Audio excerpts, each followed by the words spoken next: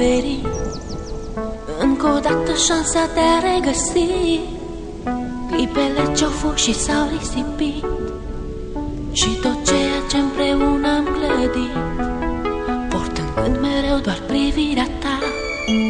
Realitatea nu o pot accepta. Ieri erai cu mine, azi nu mai ești. Ce s-au scris cândva au fost doar povești. Tu spuneai mereu trăiește-ți clipa, viața însă n-a putut ierta. Tu ești sus acolo printre îngeri, mi-a rămas doar amintirea ta.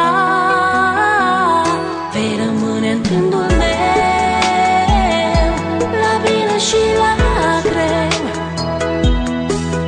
Iar tot ceea ce-am făcut împreună ne va lega mereu. Vei rămâne în gândul meu, la bine și la greu.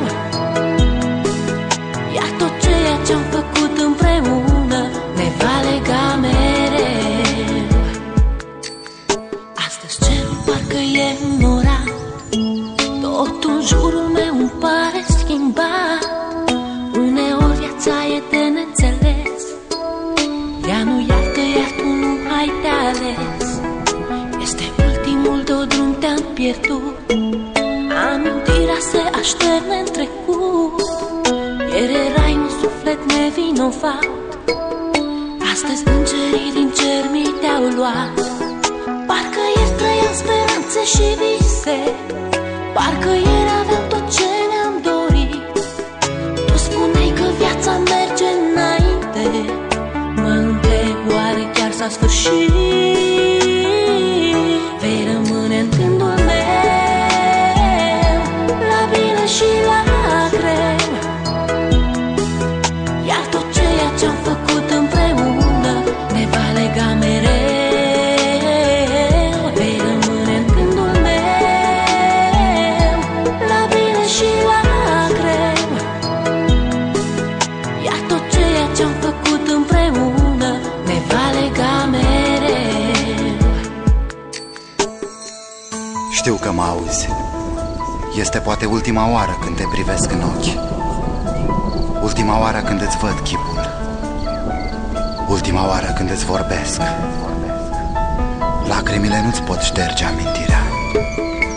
Ai ales un drum pe care nu există suferință, nici durere. Mi-e greu să accept, însă, independent de noi, viața merge înainte. Parcă ieri trăiam speranțe și vise, parcă ieri aveam tot ce ne-am dorit. Tu spuneai că viața merge înainte, mă întreb oare chiar s-a sfârșit. Vei rămâne în gândul meu, la bine și la greu. Iar tot ceea ce-am făcut împreună ne va lega mereu.